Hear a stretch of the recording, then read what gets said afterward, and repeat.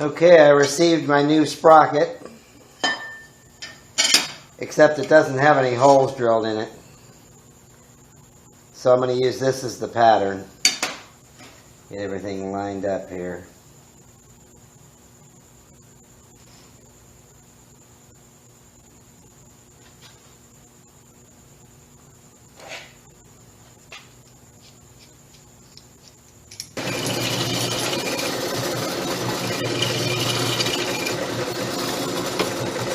Okay, got it all drilled out.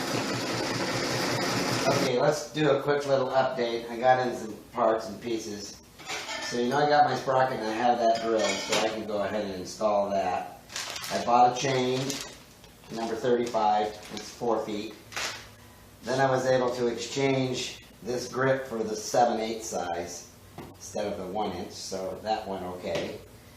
Then a while back I had received these fenders, and they just didn't turn out to be what I thought they were. So you can see the radius is all wrong. I could cut them up and make it work, but so I got the neck size down, and these fit the way they should. Except that this is too wide to fit in between the forks. This fender does. It's a little narrower. So I'm going to need to notch this to get it in there. So I'm going to install these. And the finish on these is a little bit better than on this. So, okay, but the big problem, I bought a clutch.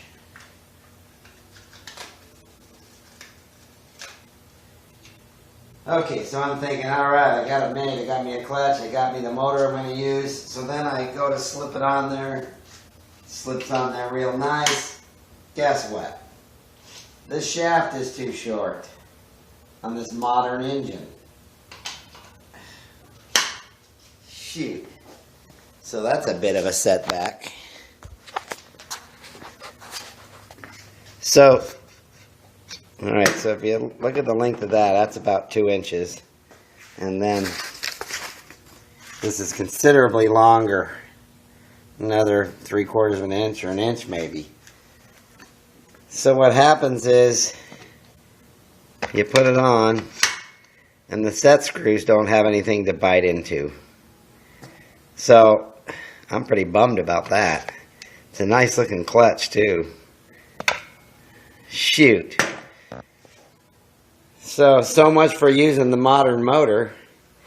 Now, it did say that you could turn these around and run them like that, although I've never seen anybody do it. The problem is, of course, this is way out of line. Way out of line with the sprocket. So, shoot.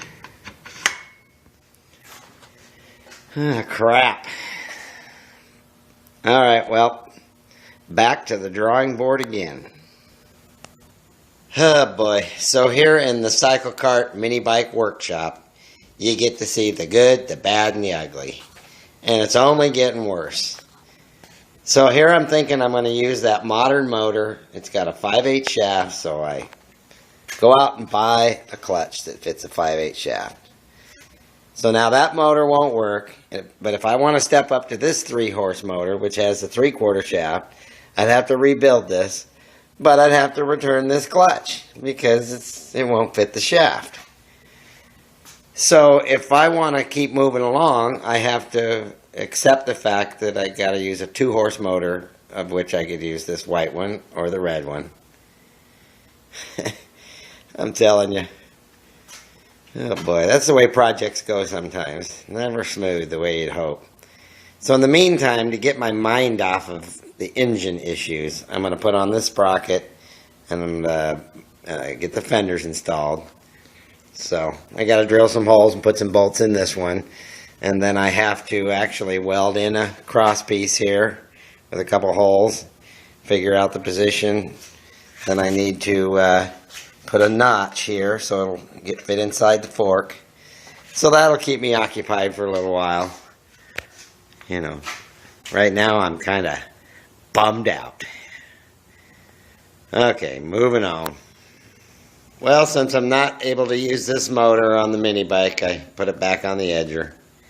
So, back in storage for another 20 years. I sure like how this thing is going to look with fenders on it. The question is, do I cut up that oversized one and make the front fender a little bit different? We'll see. Okay, so I want to install these two fenders, one here and one up front, and so this already has its crossbar, and I taped a bolt in here to help hold it up closer to here so I could get a look at it. So it's going to be like that. I could install it like this or more like this. I'm going to look at a bunch of pictures and see which style I like the best. Now for up front, there's no crossbar. So I cut a piece of steel here. It's the same width and thickness as this. Doesn't need to be as wide. I have to shape it to fit the radius of the tube up there and drill a couple of holes, get it welded in. So this is a 1/2 inch. So that's how far off the tire up there I'm going to mount this. Okay, let's get started on getting this put in.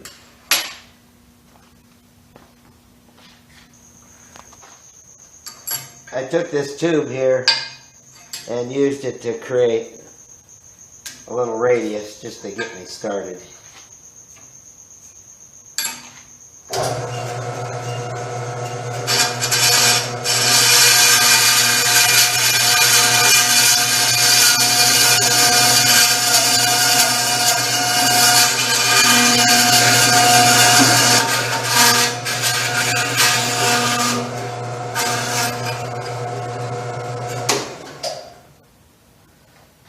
Okay, that gets it close, and then I can put a file to it.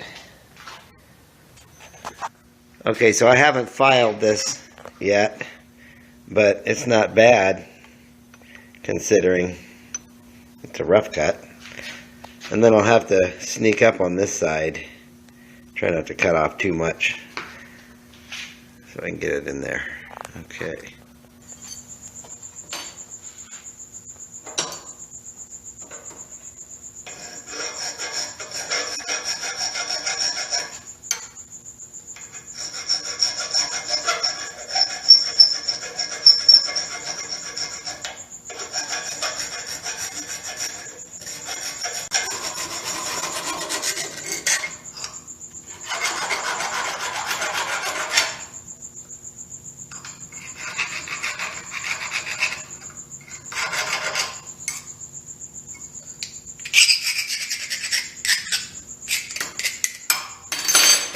Well, that'll probably work. Well, I managed to get both ends radiused and it's wedged in there so I can just determine the height of 1/2 inch and get it nice and level. I have to sand off the primer here so I can weld it, and then I'll have to drill it before I weld it. So I'm happy with that so far. Okay, with the little steel ruler here, I found the center line, and then the holes on that one over there, they're 2 inches apart and they're 1/4 inch holes. So I just gotta punch.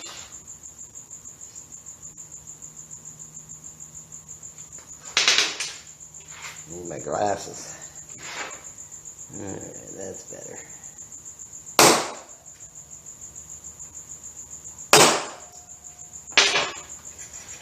Okay, next I'll drill that out.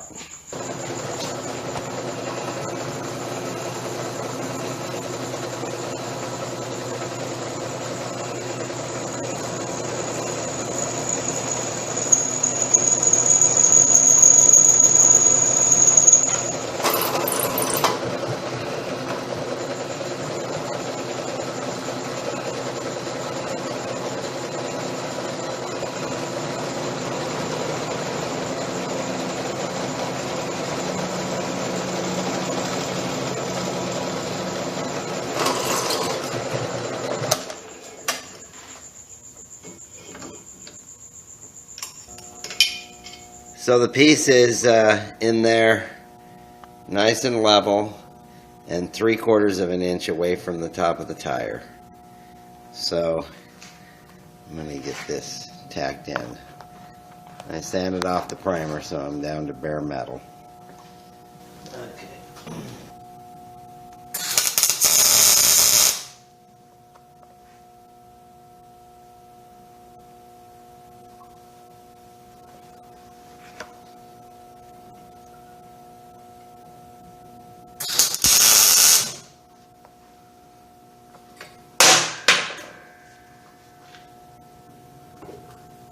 Okay.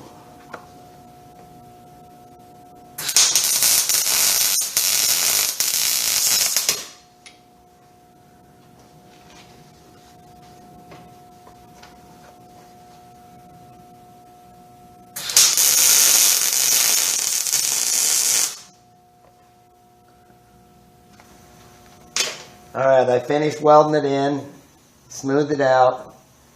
I'll do more work on it later, but it's in there pretty good.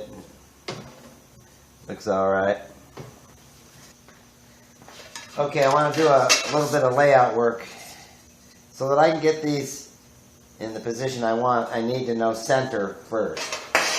So first order of business, I'll just put a little tape on here.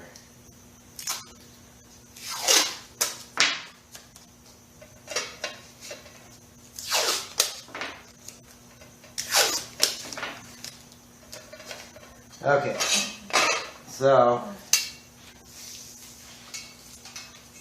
with this tape measure here, I'll find the center of this. Here, just make it easy on myself. Just take that down. Okay. So 14 inches, so 7 is center. Yep. Okay, so I could go 1 inch either way. So this is center here. And then I could go 2 inches. I'm going to experiment with what I think looks okay. Okay, so I need to decide where I'm going to install the fender in relationship to the tire. So what you see right there is the fender is centered over the tire. So that's one look. So if I slide this forward, I've got the 1 inch increments here. So there is 1 inch forward. And we can look at that. Now, you know, if I had this, let's say like this, this is at the 2 inch mark. This is more, in my opinion, a bobber look. If I go the other way, this is more of a vintage motorcycle look where the fender comes down over the tire. Then I'm going to I'm going to make a little rubber flap for it. See, they come with these holes in it. This is where they hang it up to dip it in the chrome, the plating. So I'm going to use that to my advantage and drill 2 more holes, and then I'll rivet a piece of probably 1/8 inch rubber on here, make a flap. I think that'll make it look even more vintage looking. So it'd be 2 inches that way. Of course, it'd be up like that. And then I'll show you what it looks like from here. Let's see here, let me get it centered up.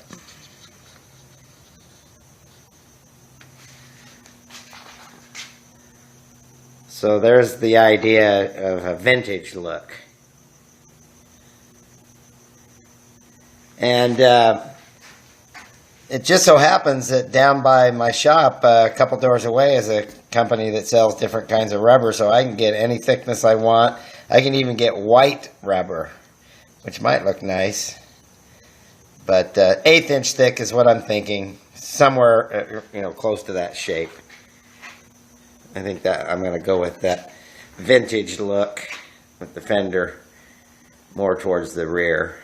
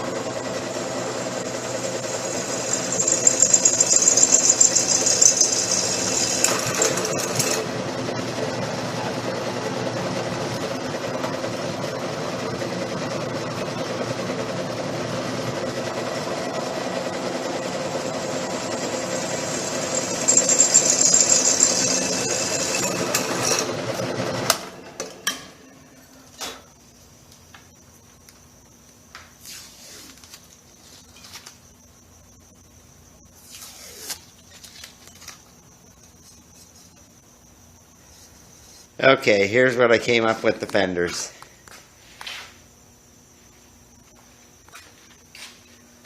I have them installed. This represents a mud flap.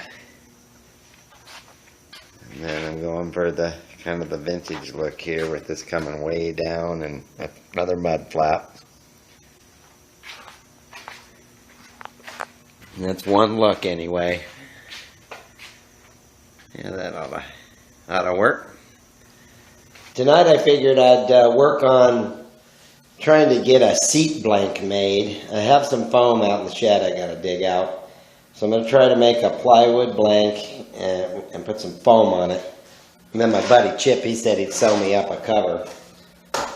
So I've been looking at pictures online, and you know, there's square ones, they're rectangle, they have a ducktail on some of them. I think that's what they call it. Some look to be 3 inches, some are 4 inches. So it's hard to know exactly what's correct.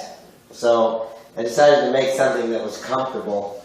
So I made this blank at lunchtime today. Where's my tape measure here? I just needed a starting point. So this is 10 inches by 8 inches. And I noticed that most of them overhang a couple of inches. So looking at that, I want to make some changes. I'm going to make another one. So I want to make it narrower. I want to make it the width of this frame, 7.5. Right now it overhangs a little. So, and then I want to make it 1.25 inches longer. Let's see. If that was my overhang, it'd be that much longer. So narrower and longer. That's what I'm going to start with. Okay. Okay, so let's lay this out. 7.5.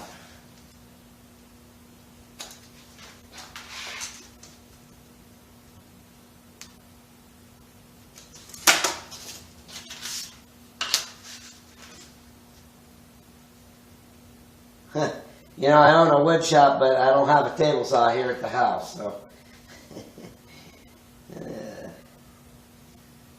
So I'll just have to do it with my bandsaw. Okay.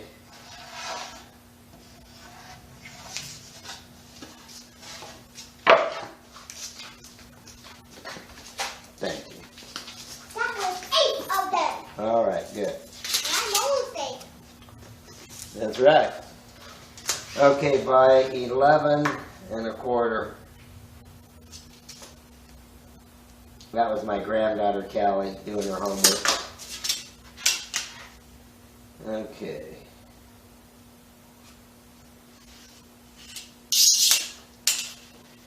Yeah, it's looking better already.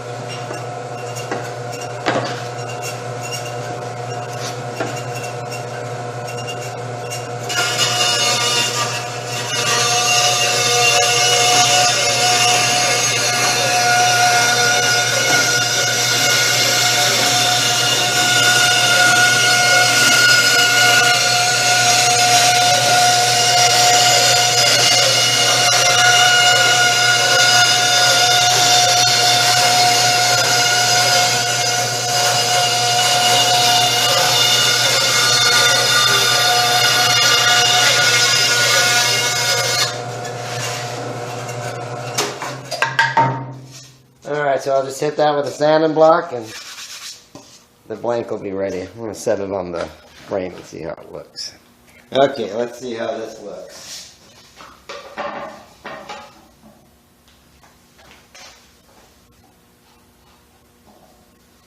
Yeah, I like that better already. Here's the other one. Okay, I want to put a little round over on the corners. That other blank, I used this socket to get the radius, but I think that was probably a little too much, so this is a 21 millimeter socket, as if that matters. Just going for a radius corner that I think looks appropriate. Make the fabric transition nice in the foam. So just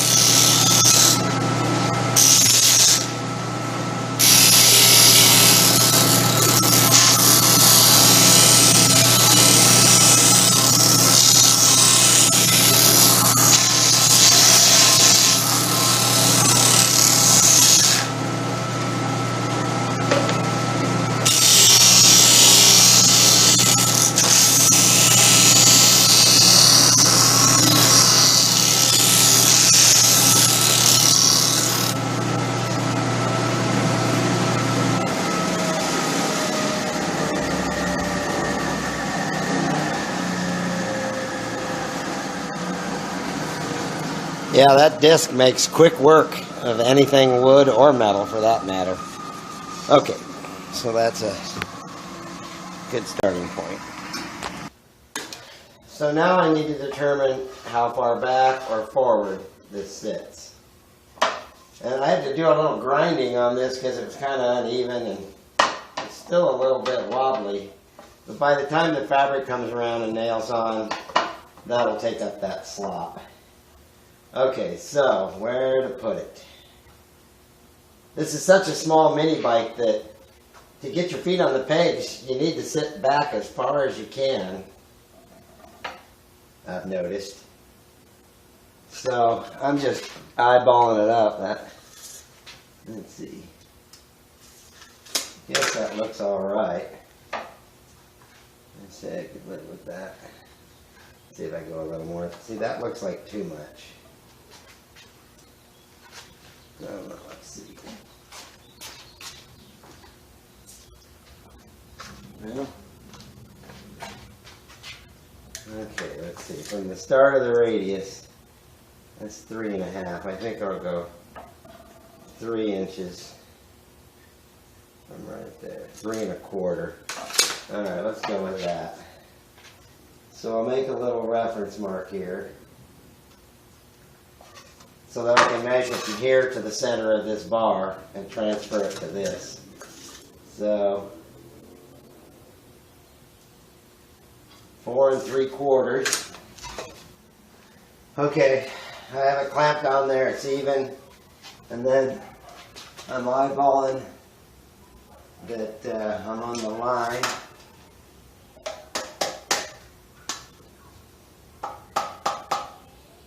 Okay, so now I'll mark it. I could have measured, laid it all out, but this is the unscientific way. Just clamp it on and mark it. Okay.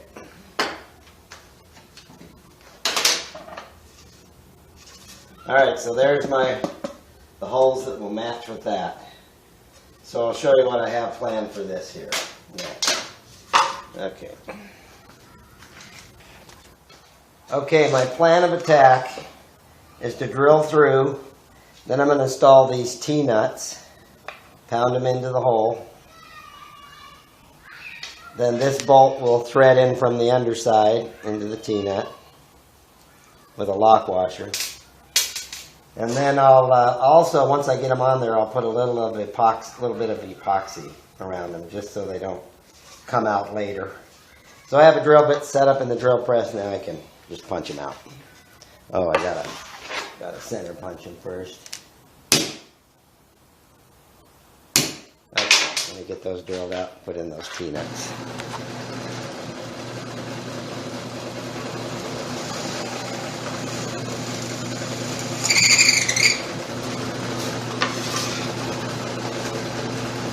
when you do a center punch and you bring the drill bit down to it, let the drill bit find its own center and then hold on to it. You get a more accurate hole that way. Of course, all you old timers know that. Okay. Okay, so this is the bottom. So this is the top. So that means I need to drive these in from this direction.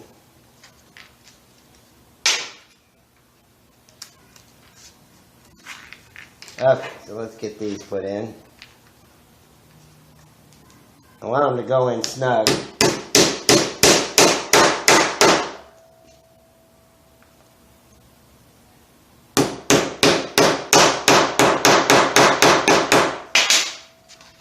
Okay, so that'll accept the bolts. Okay, so I mixed up some 15-minute epoxy here. This stuff's pretty old. It goes off in about 5 minutes, so I better get with it. All I'm doing is just adding another layer of protection against these coming loose. Because if they pop out of the plywood, then you got to take the cover off to put them back in. But I've had good luck with this epoxy on lots of different things. Okay, so there's that one.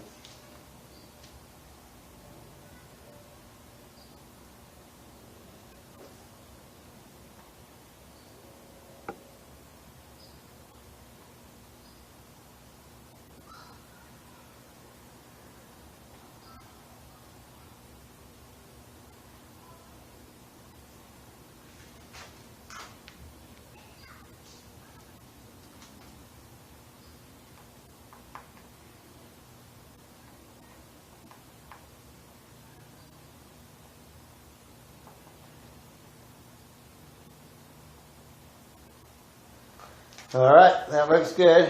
Careful not to get any in the threads. So I'll let that dry and then I can test fit it. Once I get it test fitted, then I can go out and dig out the foam I have and see how thick I want to make this thing. Okay. So I have it loosely bolted on right now. There you can see the T-nuts.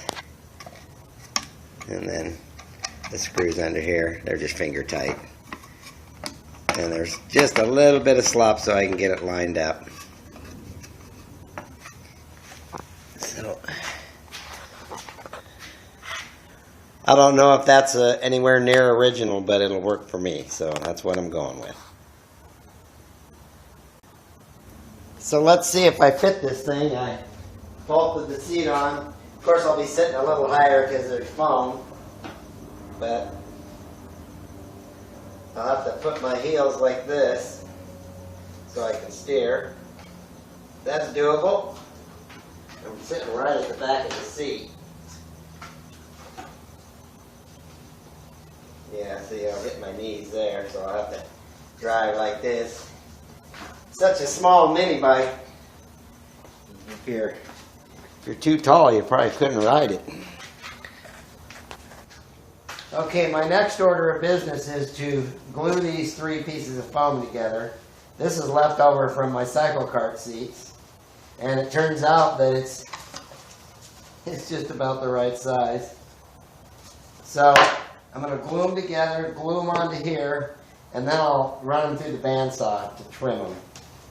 That's the thinking anyway. Okay, so I got some spray glue here for foam.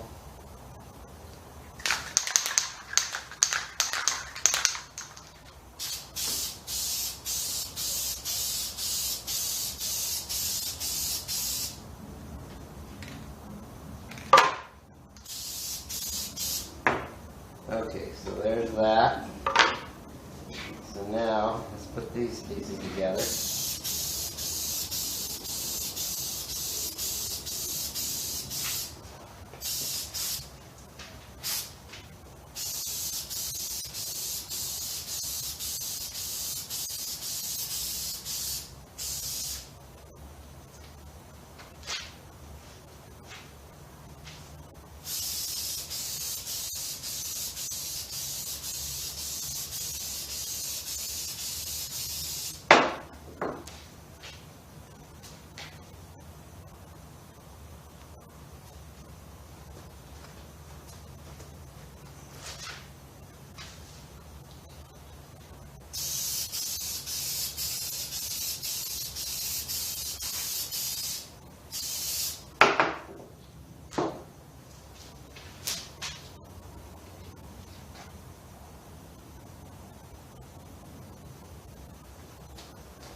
Okay. So far, so good.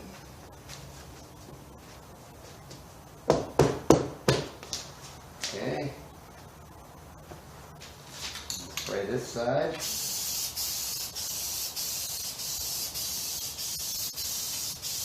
I've come to realize you got to work fairly fast with this glue. Unlike adhesive, contact cement, where you can let it dry a while, you pretty much got to stick this right away.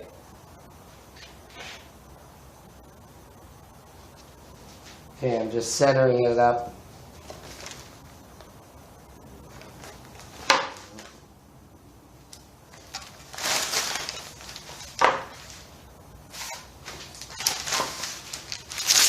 Damn sticky glue.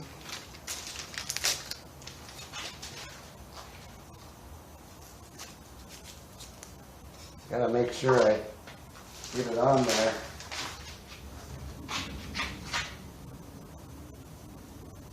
Okay.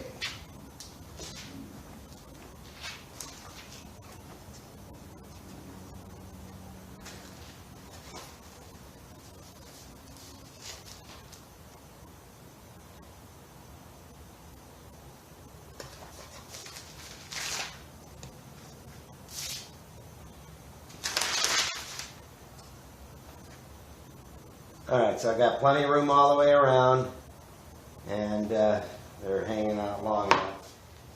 So just press it on there.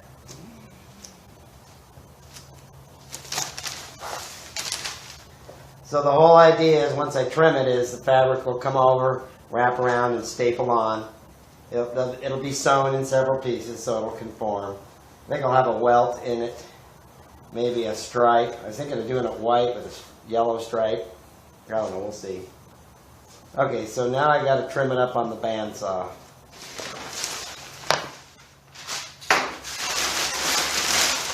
So now I'm going to chase around the outside of the plywood with the bandsaw, trying not to cut the wood.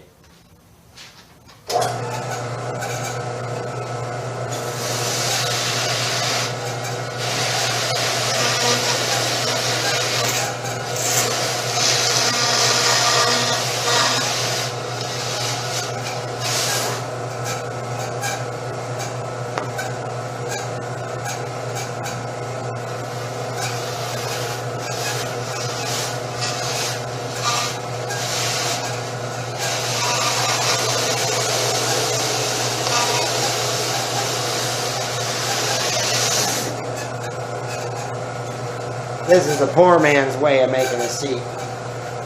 Working for me.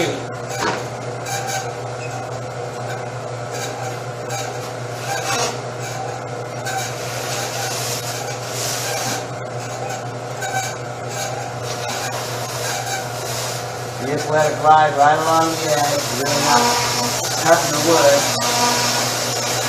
Just using it as a guide.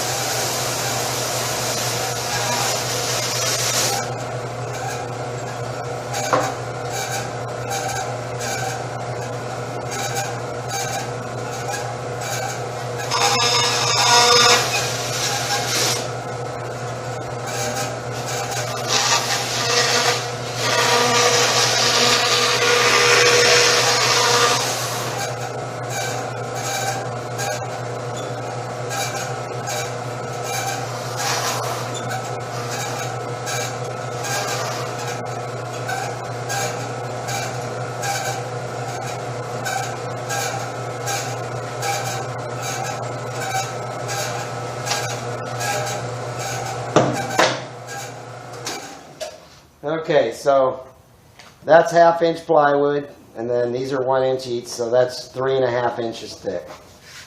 I guess that looks all right. I don't think I'm going to do the ducktail or whatever they call it. I think I'll just leave it rectangle.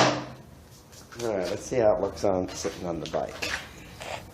Okay, I bolted the seat on, and I sat on it. Feels pretty good. Might be a little on the thick side. I don't know. It'll certainly squish down when I sit on it. I could always peel a layer off if I had to.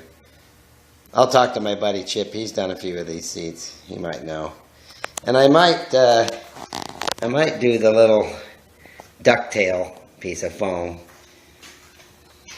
I can see why you need that, because you're sitting right at the back of the seat.